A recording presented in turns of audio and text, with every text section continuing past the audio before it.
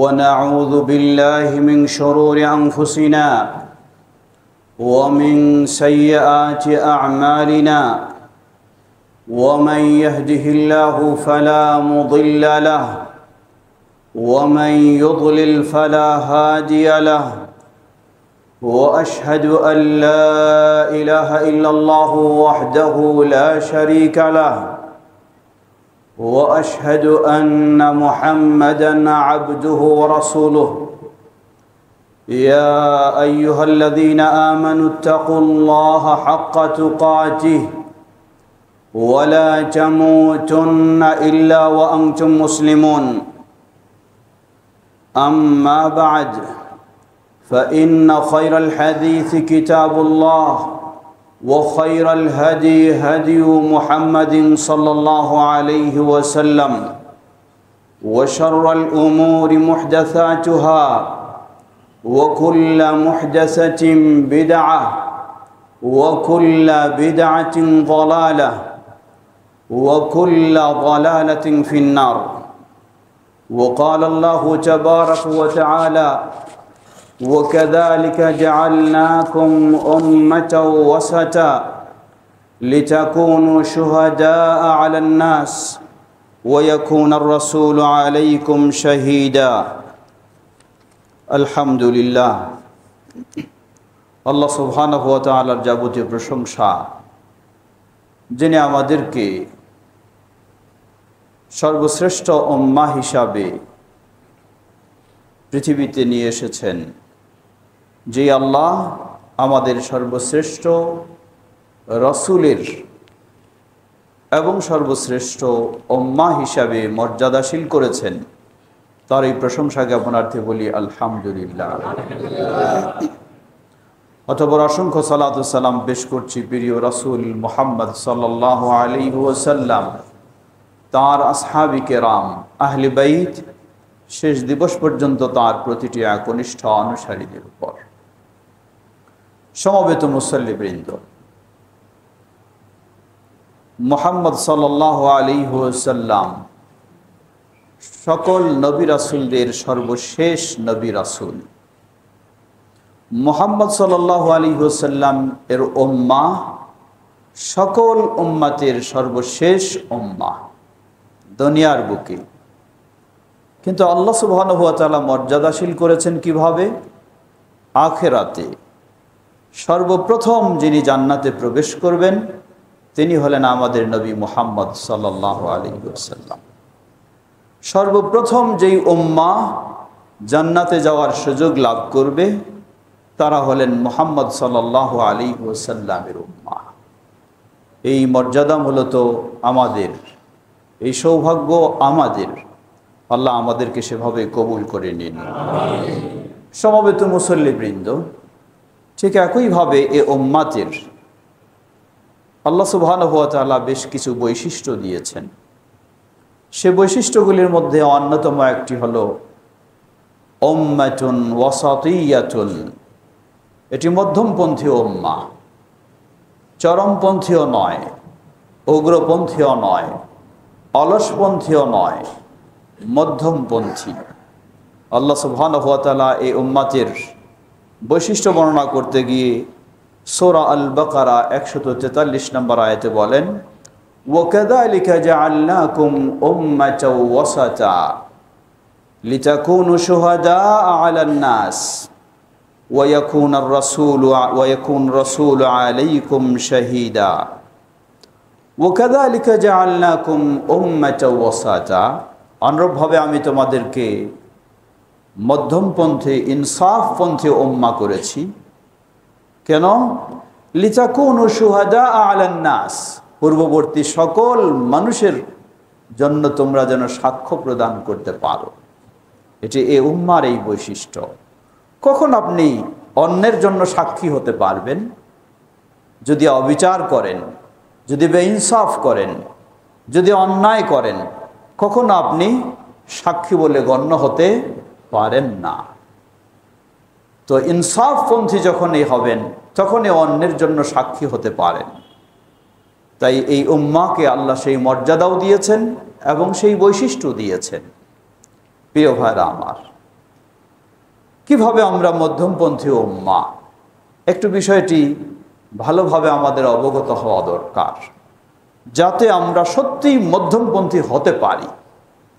কারণ মধ্যমপন্থীর যেমন সঠিক ব্যাখ্যা রয়েছে, মধ্যমপন্থীর তেমন ভ্রান্ত ব্যাখ্যাও রয়েছে।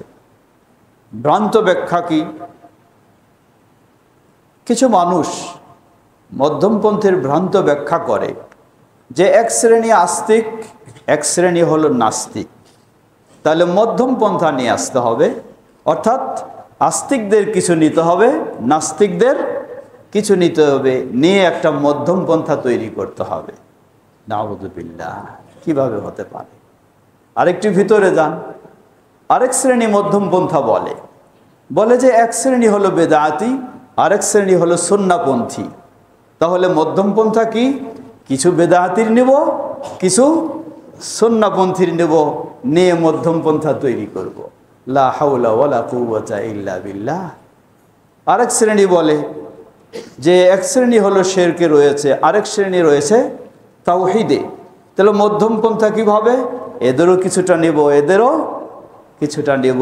যদি এটাই হতো তাহলে সূরা কাফিরুন, কুল ইয়া আইয়ুহাল কাফিরুন নাজিল হওয়ার কোনো প্রয়োজন ছিল না। মুশরিক আর মুসলিমদের মাঝে যদি ভাগাভাগি করে মধ্যমপন্থার সুযোগ থাকতো, তাহলে কখনো এই সূরা আল্লাহ সুবহানাহু ওয়া তাআলা নাজিল করতেন না।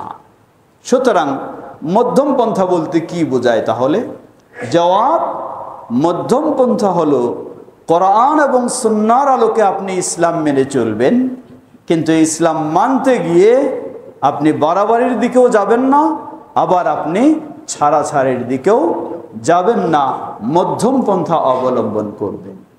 এটি হলো মধ্যমপন্থা। যেমন আল্লাহ সুবহানাহু ওয়া তাআলা এই ধরনের বেশ কিছু বিষয় উল্লেখ করেছেন। উদাহরণস্বরূপ একটি উদাহরণস্বরূপ, দান করার ক্ষেত্রে, দান করা ভালো কাজ দিনের পথে, ইসলামের পথে, কিন্তু আল্লাহ সুবহানাহু ওয়া তাআলা বললেন ওয়াল্লাযীনা আনফাকু লাম ইউসরিফু ওয়া লাম ইয়াকতুরু ওয়া কানা বাইনা যালিকা কওয়ামা। যারা দান করতে গিয়ে একেবারে সব শেষ করে দিচ্ছে, আবার কেউ একেবারে খুব কৃপণতা অবলম্বন করছে, না কোনোটাই নয়, মধ্যমপন্থা সাধ্য অনুযায়ী অবলম্বন করো। আল্লাহ আরও বলেন ওয়ালা তাজআল ইয়াদাকা মাগলুলাতান ইলা উনুকিকা ওয়ালা তাবসুতহা কুল্লাল বাসতি ফাতাকউদা মালুমান মাহসুরা। ওয়ালা তাজআল ইয়াদাকা মাগলুলাতান, হাতটাকে গুটিয়ে ধরে রাখো না, একটা পয়সাও বের হবে না, একটাও পয়সা বের হবে না, এই ধরনের হাত গুটিয়ে রাখো না। আবার ওয়ালা তাবসুতহা কুল্লাল বাসতি, একেবারে হাত ছেড়ে দিও না, সব বের করে দিও না। ফাতাকউদা মালুমান মাহসুরা। সুতরাং মধ্যমপন্থী হতে হবে। সমবেত মুসল্লিবৃন্দ, একটু আসি আমরা এখন মধ্যমপন্থী এই উম্মাহ। আল্লাহ বললেন ওয়াকাযালিকা জাআলনাকুম উম্মাতাও ওয়াসাতা। এই উম্মাহ হলো মধ্যমপন্থী। মধ্যমপন্থীর কি অর্থ হতে পারে? জবাব, মধ্যমপন্থীর অর্থ এখানে তিনটিও হতে পারে। প্রথম হলো আল আদলু ওয়াল আদালাতু। এই উম্মাহ হবে ইনসাফ ভিত্তিক, তারা তাদের জীবন যাপন করবে, ন্যায় নিষ্ঠার সাথে থাকবে। দ্বিতীয় আল খাইরিয়া, তথা এই উম্মাহ হবে শ্রেষ্ঠ, যেটি আল্লাহ সুবহানাহু ওয়া তাআলা অন্য আয়াতে বলেন কুনতুম খায়রা উম্মাতিন উখরিজাত লিন-নাস তা'মুরুনা বিল মা'রুফ ওয়া তানহাউনা আনিল মুনকার। তোমরাই শ্রেষ্ঠ জাতি, তোমাদেরকে মানুষের জন্য সৃষ্টি করা হয়েছে, মানুষকে তোমরা ভালো কাজের উপদেশ দেবে, খারাপ কাজ থেকে তোমরা বিরত রাখবে। তৃতীয় আল ওয়াসাতু বাইনাত তারাফাইন, মধ্যম পন্থা, দুই পন্থার মাঝে হলো মধ্যম পন্থা।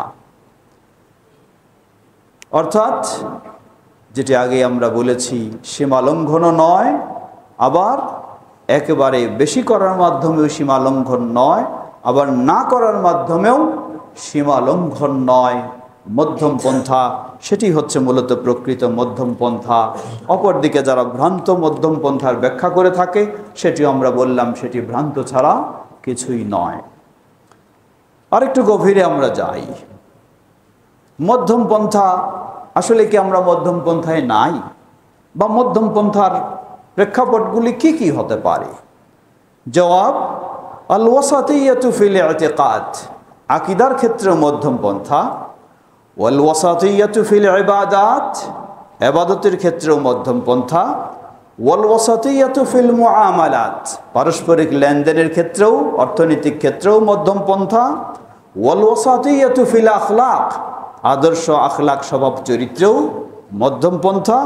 ওয়াল ওয়াসাতিয়্যাতু ফিদ দাওয়া, এমনকি দাওয়া ইলাল্লাহ সেই ক্ষেত্রেও মধ্যম পন্থা। ফিরে আসি, আল ওয়াসাতিয়্যাতু ফিল ইতিকাদ, আকীদার ক্ষেত্রে মধ্যম পন্থা কি? জবাব, আজকে মুসলিমেরা আকীদার ক্ষেত্রে স্বয়ং আল্লাহ সুবহানাহু ওয়া তাআলার বিষয়ে কত সীমা লঙ্ঘনে চলে গেছে। এক শ্রেণী কোরআন সুন্নায় আল্লাহ সুবহানাহু ওয়া তাআলার যেভাবে বর্ণনা এসেছে, আল্লাহ রাব্বুল আলামিনের যে সিফাতগুলির বর্ণনা এসেছে, এই সিফাতগুলির ক্ষেত্রে এক শ্রেণী বলে যে আল্লাহ রাব্বুল আলামিনের হাত কেমন? যেমন আমাদের হাত। আল্লাহর চেহারা কেমন? যেমন আমাদের চেহারা। এটাকে বলা হয় মুশাব্বিহাত। তারা মখলুককে আল্লাহর সাথে সাদৃশ্য স্থাপন করে, উপমা দেয়। অথচ আল্লাহ সুবহানাহু ওয়া তাআলা বলেন, লাইসা কামিসলিহি শাই ওয়া হুয়াস সামিউল বাসীর। আল্লাহ সুবহানাহু ওয়া তাআলার তুলনা কোনো মখলুক হতে পারে না, কোনো মখলুকের সাথে সাদৃশ্য হতে পারে না। ওয়া হুয়াস সামিউল বাসীর, অবশ্যই আল্লাহ তিনি শ্রবণ করেন, তিনি দর্শন করেন। কিন্তু এর অর্থ এই নয় মখলুক যেমন শ্রবণ করেন, দর্শন করেন, সেই রকমই আল্লাহ, এমনটি কখনো ভাবার সুযোগ নেই। তাহলে এক শ্রেণী তারা সীমা লঙ্ঘন করেছে, আল্লাহ সুবহানাহু ওয়া তাআলার এগুলি সাব্যস্ত করতে গিয়ে মখলুকের সাথে মিলিয়ে দিয়েছে আল্লাহ সুবহানাহু ওয়া তাআলাকে। দ্বিতীয় শ্রেণী তারা আরেক দিকে গেছে। তারা বলে যে যদি আমরা আল্লাহর জন্য এইসব সিফাতগুলি সাব্যস্ত করতে চাই, উদাহরণস্বরূপ আল্লাহ রাব্বুল আলামিন নিজের পরিচয় দিয়েছেন তার হাত রয়েছে, নিজের পরিচয় দিয়েছেন তার চেহারা রয়েছে। সুতরাং আমরা জানি হাত এবং চেহারা এগুলি কারো সাব্যস্ত করতে হলে তার বডি থাকা অপরিহার্য। তো আল্লাহ সুবহানাহু ওয়া তাআলার বডি আছে এই ধরনের বর্ণনা যেহেতু আসেনি, সুতরাং এগুলি দিয়ে কখনো হাত ও চেহারা সাব্যস্ত করা যাবে না। তারা অস্বীকারের পথে চলে গেছে। আহলুস সুন্নাহ ওয়াল জামাআহ তারা হলেন মধ্যমপন্থী, সালাফি মানহাজ তারা হলেন মধ্যমপন্থী। তারা বলেন যে আল্লাহ সুবহানাহু ওয়া তাআলা যতগুলি, যেই বর্ণনাগুলি নিজের জন্য দিয়েছেন, কারণ আল্লাহর ব্যাপারে সবচেয়ে বেশি কে জানেন? জবাব, আল্লাহর ব্যাপারে সবচেয়ে বেশি আল্লাহ নিজেই জানেন। তাহলে আল্লাহ সুবহানাহু ওয়া তাআলা তিনি তার বিষয়ে সবচেয়ে বেশি যখন জানেন, আর তিনি তার এই বর্ণনাগুলি দিয়েছেন। দ্বিতীয়, মানুষের মাঝে আল্লাহর ব্যাপারে সবচেয়ে কে বেশি জানেন? মানুষের মাঝে আল্লাহর ব্যাপারে সবচেয়ে বেশি জানেন আমাদের প্রিয় নবী মুহাম্মদ সাল্লাল্লাহু আলাইহি ওয়াসাল্লাম। সুতরাং আল্লাহ যখন নিজেই নিজের বর্ণনা এগুলি দিয়েছেন, মুহাম্মদ সাল্লাল্লাহু আলাইহি ওয়াসাল্লাম ও ওহী ভিত্তিক তথ্যের আলোকে যখন এইভাবে আল্লাহর এগুলি বর্ণনা দিয়েছেন, অতএব আমরা এগুলিকে কখনো অস্বীকার করতে পারি না, কোনো বিকৃত করতে পারি না, কোনো অপব্যাখ্যা করতে পারি না। এগুলিকে সাব্যস্ত করব, যেমন আল্লাহর জন্য শোভা পায় ঠিক তেমনই আল্লাহর জন্য এগুলি রয়েছে বলে আমরা এই বিশ্বাস স্থাপন করব। অপরদিকে যারা মখলুকের, আমরা অস্বীকারও করব না, আবার যারা মখলুকের সাথে সাদৃশ্য করে বাড়াবাড়ি করেছে, সেই বাড়াবাড়িতেও আমরা যাব না, যেহেতু আল্লাহ সুবহানাহু ওয়া তাআলা সেই সাদৃশ্য স্থাপন করতে নিষেধ করেছেন। এজন্য এই মধ্যম পন্থা হলো আমরা সাদৃশ্য স্থাপন করব না, আবার আমরা অস্বীকারও করব না, বরং যেমনই আল্লাহ ও তার রাসূল মুহাম্মদ সাল্লাল্লাহু আলাইহি ওয়াসাল্লাম বর্ণনা দিয়েছেন, ঠিক তেমনইভাবে আল্লাহর জন্য যে ধরনের যথোপযুক্ত সেভাবেই আমরা এটাকে বিশ্বাস করব। এটি হলো মধ্যমপন্থীদের আল্লাহর বিষয়ে আকীদা। সেটি আল্লাহর অস্তিত্বের ক্ষেত্রে বলুন, আল্লাহর আসমা এবং সিফাত গুণাবলীর ক্ষেত্রে বলুন। কিন্তু আফসোসের সাথে বলতে হয়, আজকে বর্তমান মুসলিম বিশ্বের কথা যদি বলি আমরা, তাহলে অধিকাংশ মাযহাবের মানুষেরা, হানাফি মাযহাবের মানুষেরা, তারা এই ক্ষেত্রে মাতুরিদি আকীদায় চলে গেছেন। মালিকি মাযহাব এবং শাফি মাযহাবের মানুষেরা এই ক্ষেত্রে তারা আশায়েরি আকীদায় চলে গেছেন। শুধু হাম্বলি মাযহাবের মানুষেরা তারা আহলুস সুন্নাহ ওয়াল জামাআতের সঠিক আকীদার উপরে রয়েছেন। মাতুরিদিরা তারা বলেন যে আল্লাহ সুবহানাহু ওয়া তাআলা এগুলি অপব্যাখ্যা করে থাকে তারা, এবং যেভাবে কোরআন সুন্নাহ এসেছে সেভাবে তারা মেনে নেয় না। আশায়েরা তারাও এগুলিকে অপব্যাখ্যা করে, যেভাবে কোরআন সুন্নাহ এসেছে সেভাবে মেনে নেয় না। সুতরাং এই ক্ষেত্রে আমরা বলবো আহলুস সুন্নাহ ওয়াল জামাআহ সেটি হলো মধ্যমপন্থী, এবং সেটি হলো কোরআন ও সুন্নাহর আলোকে হকপন্থী। আমরা সেই ইসের উপরেই থাকবো। আল্লাহু তাআলা আ'লাম। দ্বিতীয় আসুন আকীদার ক্ষেত্রে রাসূলুল্লাহ সাল্লাল্লাহু আলাইহি ওয়াসাল্লাম, রাসূলুল্লাহ সাল্লাল্লাহু আলাইহি ওয়াসাল্লামের ক্ষেত্রেও মধ্যমপন্থা। মধ্যমপন্থা মানে কি? এক শ্রেণী রাসূলুল্লাহ সাল্লাল্লাহু আলাইহি ওয়াসাল্লামকে সম্মান মর্যাদা দিতে দিতে আল্লাহ সুবহানাহু ওয়া তাআলার পর্যায়ে পৌঁছে দিয়েছেন, শিরকে লিপ্ত হয়ে গেছেন। যার ফলে দেখবেন অধিকাংশ মসজিদে আমাদের দেশে এক কোণায় রয়েছে মুহাম্মদ, ঠিক সমান বরাবর আরেক কোণায় রয়েছে আল্লাহ। কারণ দুজনের মর্যাদা তারা কি করে দিয়েছেন? কাউরে কম করতে চান না, সবাই দুইজনকেই সমান দেখতে চান। লা হাওলা ওয়ালা কুওয়াতা ইল্লা বিল্লাহ, এটি কখনো হতে পারে না। অবশ্যই আপনি মুহাম্মদ সাল্লাল্লাহু আলাইহি ওয়াসাল্লামকে মানব জাতির মাঝে সর্বোচ্চ মর্যাদা ও সম্মান ও ভালোবাসা আপনি দেবেন। এর অর্থ এই নয় যে আপনি আল্লাহর সমান মুহাম্মদ সাল্লাল্লাহু আলাইহি ওয়াসাল্লামকে পৌঁছে দেবেন, তাহলে এটি হবে আপনার সীমা লঙ্ঘন। এজন্যই নবী সাল্লাল্লাহু আলাইহি ওয়াসাল্লাম বলেন, সহিহুল বুখারীর হাদিস, লা তাতুরুনি কামা আতারাতিন নাসারা ঈসা ইবনে মারইয়াম, ইন্নামা আনা আবদুন ফাকুলু আব্দুল্লাহ ওয়া রাসূলুহু, রাওয়াহু আল বুখারী। তোমরা আমাকে নিয়ে সীমা লঙ্ঘন করো না, বাড়াবাড়ি করো না, যেমনই খ্রিস্টানেরা ঈসা ইবনে মারইয়ামকে নিয়ে বাড়াবাড়ি করেছে, সীমা লঙ্ঘন করেছে। জেনে রাখো আমি একজন আল্লাহর বান্দা মাত্র, অতএব বলো আব্দুল্লাহ ওয়া রাসূলুহু, আমি আল্লাহর বান্দা এবং আল্লাহর রাসূল। আল্লাহর পর্যায়ে আমি কখনো নই। খ্রিস্টানেরা ঈসা আলাইহিস সালামকে প্রাধান্য দিতে দিতে কোথায়? আল্লাহর সমপর্যায়ে পৌঁছে দিয়েছে। এটি হলো শিরক, এটি হলো বাড়াবাড়ি। অপরদিকে আরেক শ্রেণী মৌখিকভাবে রাসূল সাল্লাল্লাহু আলাইহি সাল্লামকে ভালোবাসে, এমনকি ভালোবাসার দোহাই দিয়ে 12ই রবিউল আউয়াল রাজপথ গরম করে ফেলে। বাস্তবে কি তারা সত্যি রাসূল সাল্লাল্লাহু আলাইহি সাল্লামকে ভালোবাসেন? সত্যি কি তারা রাসূল সাল্লাল্লাহু আলাইহি সাল্লামকে অনুসরণে প্রাধান্য দেন? জবাব না। তাকে খোঁজ নিন, তাকে জিজ্ঞাসা করুন, তুমি যেভাবে সালাত আদায় করো, তুমি কি রাসূল সাল্লামের মতো সালাত আদায় করো? তুমি যেভাবে সিয়াম পালন করো, তুমি কি রাসূল সাল্লাল্লাহু আলাইহি সাল্লামের মতো করো? তুমি যেভাবে দিন মানো, তুমি কি রাসূল সাল্লাল্লাহু আলাইহি সাল্লামের মতো করো? তিনি জবাব দিবেন, বলবেন না, কেমনে করো? বলে আমার পীর সাহেব যেমনে করে তেমনি। লা হাওলা ওয়ালা কুওয়াতা ইল্লা বিল্লাহ। তাহলে আপনার কি অবস্থা? তাহলে এক শ্রেণী বাড়াবাড়ি করতে গিয়ে সীমা লঙ্ঘন করেছে, আরেক শ্রেণী অন্যদেরকে প্রাধান্য দিয়েও রাসূল সাল্লাল্লাহু আলাইহি ওয়াসাল্লামের ক্ষেত্রে সীমা লঙ্ঘন করেছে। আহলুস সুন্নাহ ওয়াল জামাআহ, আহলুল হাদিস বা সালাফি যারা, তারা হলেন মধ্যমপন্থী। কখনো সীমা লঙ্ঘনও করব না, আবার কখনো তার উপরে অন্য কোনো ইমাম, নেতা, গাউস, কুতুবকেও প্রাধান্য দিয়েও সেই ক্ষেত্রেও ঘাটতি বা কমতি করব না, বরং তার যেখানে অবস্থান সেখানে অবস্থান রেখেই সেভাবে আমরা তাকে মেনে চলবো। এটি হলো মধ্যম পন্থা। আমাদেরকে আল্লাহ সে তৌফিক দান করুন। ওয়াসাতিয়াতুন ফি আসহাবিহি, নবী সাল্লাল্লাহু আলাইহি ওয়াসাল্লামের সাহাবীদের ক্ষেত্রে মধ্যম পন্থা। সাহাবীদের ক্ষেত্রেও মধ্যম পন্থা। দেখুন, এক শ্রেণী তারা সাহাবীদের ক্ষেত্রে চরম ভ্রষ্টতা ও বাজে পর্যায়ে চলে গেছে। তারা কারা? তারা হচ্ছে শিয়া, চরমপন্থী রাফেজি, যাদের আকীদা বিশ্বাস হলো যে অধিকাংশ সাহাবী তারা কাফের হয়ে গেছেন। নাউযুবিল্লাহ, চরম এই ভ্রান্ত পর্যায়ে গেছে। আবার আরেক শ্রেণী সাহাবীদের নিয়ে বাড়াবাড়ি করতে গিয়ে এমন পর্যায়ে গেছে রাসূল সাল্লাল্লাহু আলাইহি সাল্লামের চেয়েও সাহাবীকে প্রাধান্য দিয়ে বসে আছে। আমরা মধ্যমপন্থী, তা রাসূল সাল্লাল্লাহু আলাইহি সাল্লামের উপরে কখনো সাহাবীকে প্রাধান্য দেওয়ার সুযোগ নেই, এমনকি রাসূল সাল্লামের সমপর্যায়েও মনে করার সুযোগ নেই। তার সাহাবী হিসাবেই মর্যাদাশীল।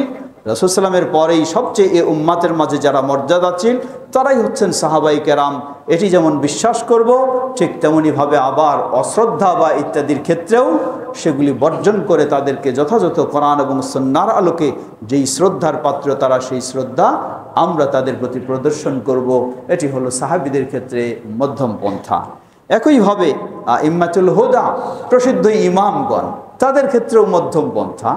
প্রসিদ্ধ ইমাম বলতে উদাহরণস্বরূপ ইমাম আবু হানিফা রাহিমাহুল্লাহ, ইমাম মালিক, ইমাম শাফি, ইমাম আহমদ বিন হাম্বল রাহিমাহুল্লাহ, ঠিক একইভাবে ইমাম বুখারী, ইমাম মুসলিম, ইমাম আবু দাউদ, ইমাম তিরমিজি, নাসাই ইবনে মাজাহ ইত্যাদি প্রসিদ্ধ ইমামগণ, তাদের ক্ষেত্রে আমরা মধ্যমপন্থী। কিভাবে মধ্যমপন্থী? এক শ্রেণী কাউকে ধরেছেন, এত অন্ধভাবে তার অনুসরণ করেছেন।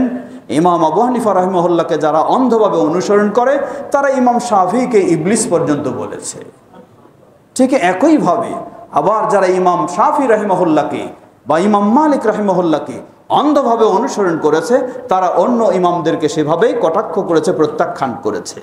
কিন্তু আমাদের মাপকাঠি হলো আমরা মধ্যমপন্থী।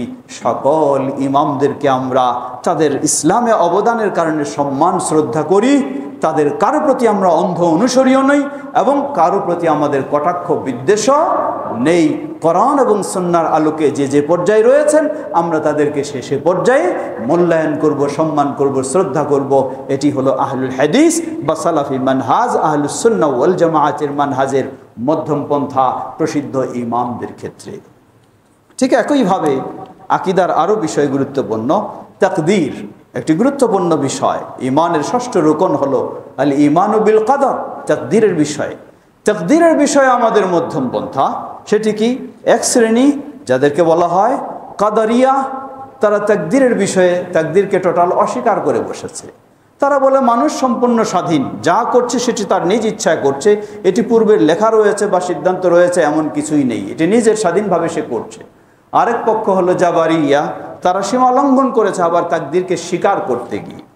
তারা বলে যে মানুষের কিছুই নেই, কাঠের পুতুল, যেমনে নাচায় তেমনে নাচে, মানুষের কোনো ইখতিয়ার বলতে, স্বাধীনতা বলতে কোনো কিছুই নেই, সম্পূর্ণ সে তাকদীরের উপর এতটা নির্ভরশীল হয়েছে। আর অপর পক্ষ তারা তাকদীরকে অস্বীকার করে মানুষকে নিজের উপরেই নির্ভরশীল করে ফেলেছে।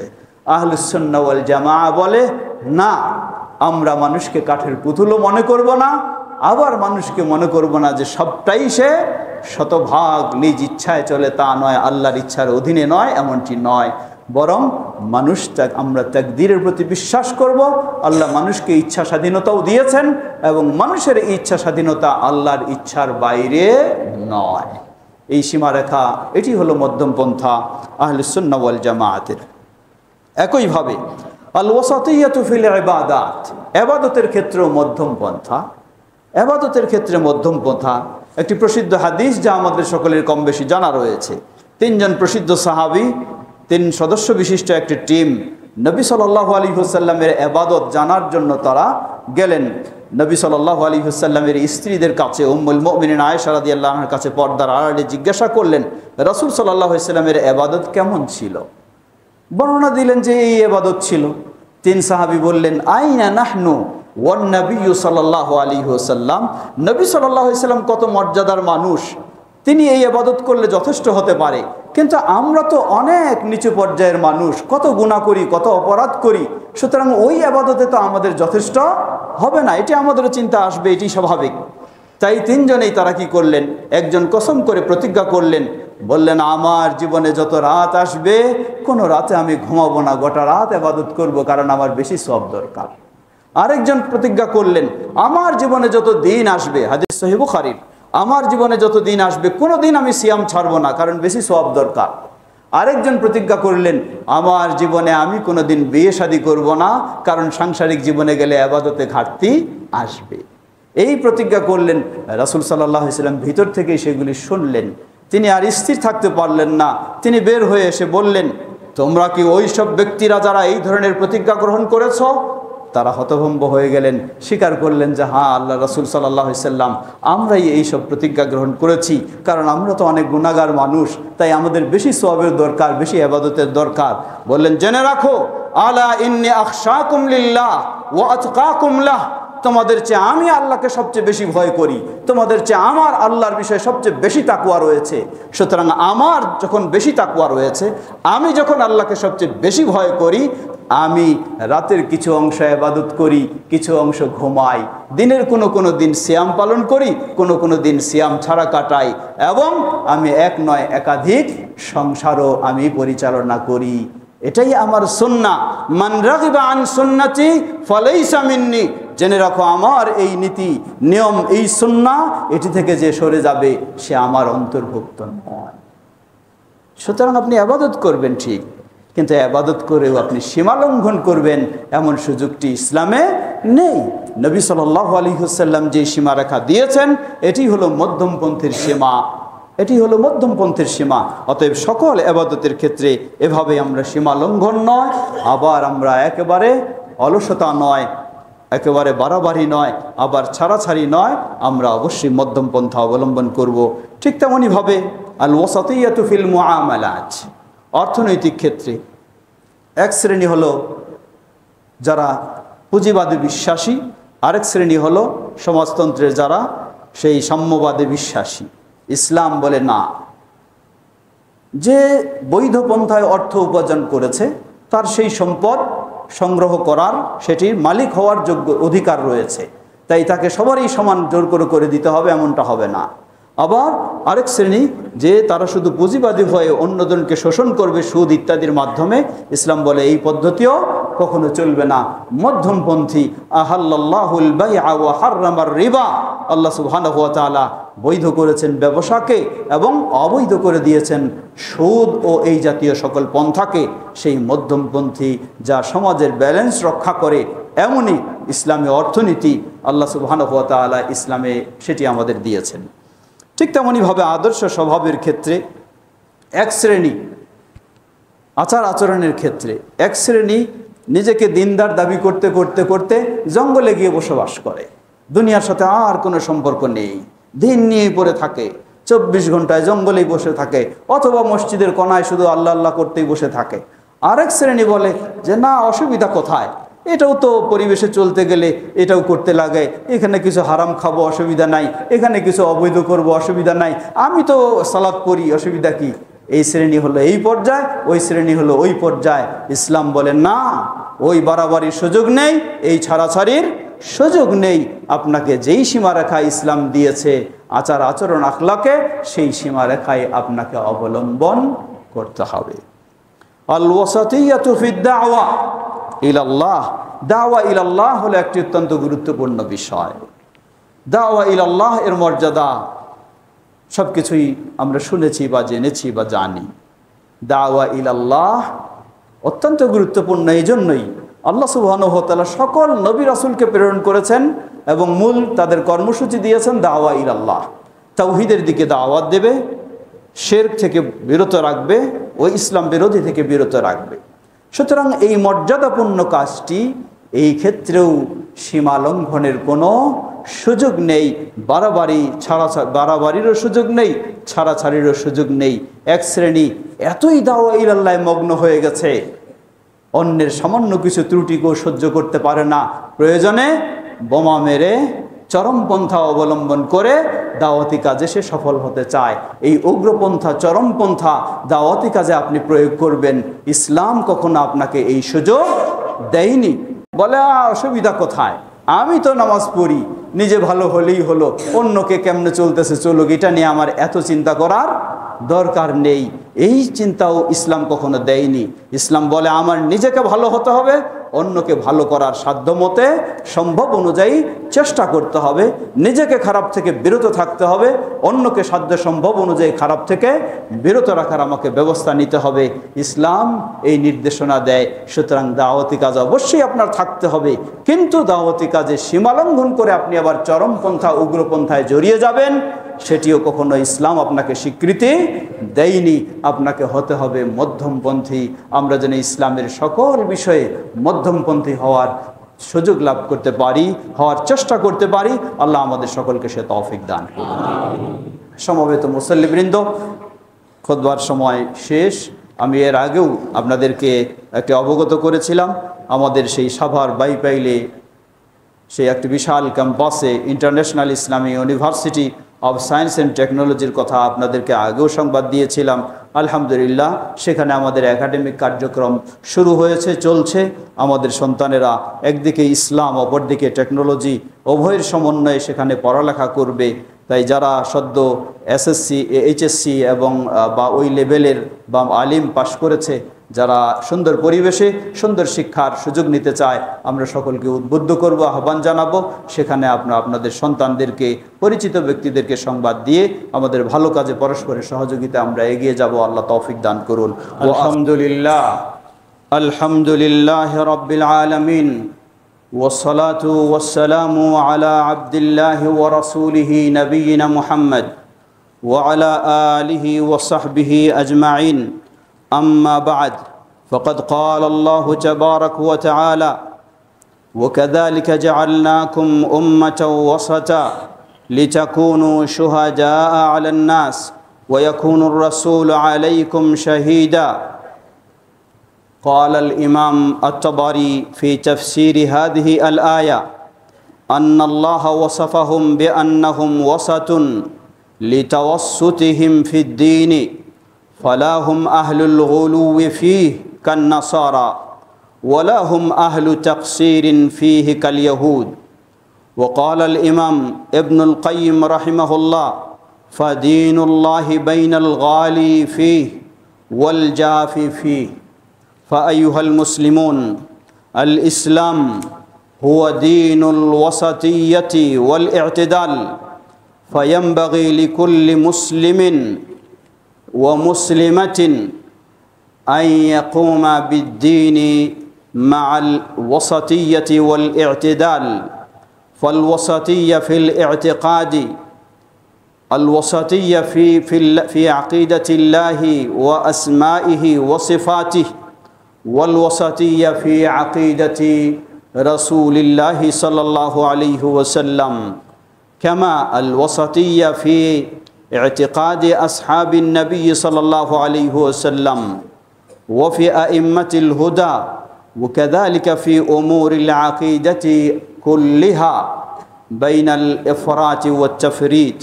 وأيضا الوسطية في العبادات بين الغالي والجافي، والوسطية في المعاملات بين الاشتراكية والرأسمالية، والوسطية في الأخلاق بين المتصوفة واللادينية، والوسطية في الدعوة إلى الله بين المتطرفة والكسلانين. فهذا هو منهج نبينا محمد صلى الله عليه وسلم، أنه أسوة لنا في الوسطية.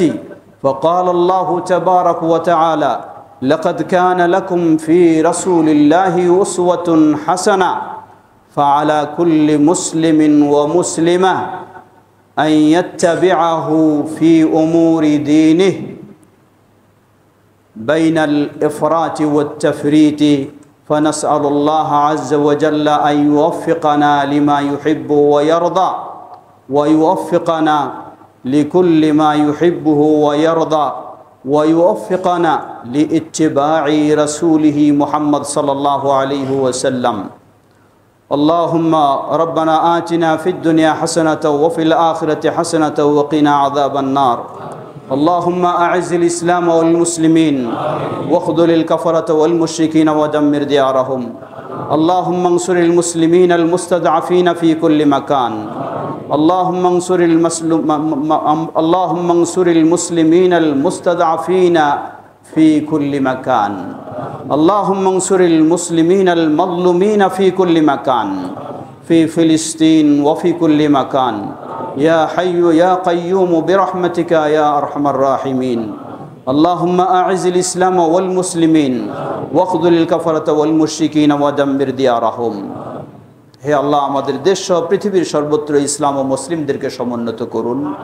পৃথিবীর সর্বত্র মুসলিমদেরকে কোরআন ও সুন্নাহর আলোকে মধ্যম পন্থায় সঠিক অবস্থানে থাকার তৌফিক দান করুন। আমাদের দেশের এ দেশকে আল্লাহ হেফাজত করুন।